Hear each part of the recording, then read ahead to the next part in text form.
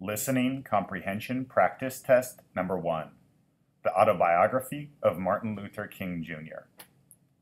Dr. Martin Luther King Jr. was an American Baptist minister and activist who became the most visible spokesperson and leader in the civil rights movement from 1954 until his death in 1968. He spoke out against racism, inequality, and violence.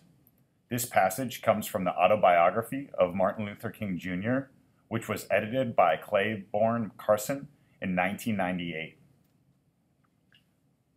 One incident happened when I was about 6 years of age. From the age of 3, I had a white playmate who was about my age. We always felt free to play our childhood games together.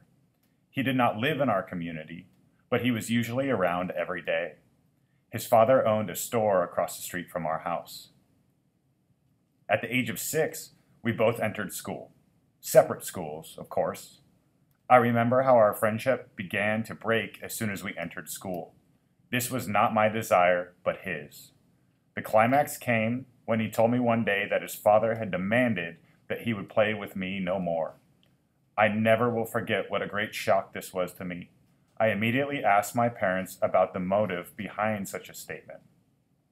We were at the dinner table when the situation was discussed, and here for the first time I was made aware of the existence of a race problem. I had never been conscious of it before.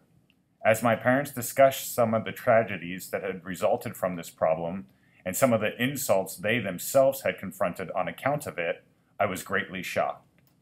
My parents would always tell me that I should not hate the white man, but that it was my duty as a Christian to love him.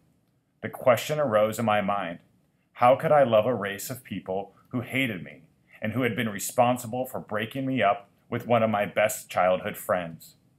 This was a great question in my mind for a number of years.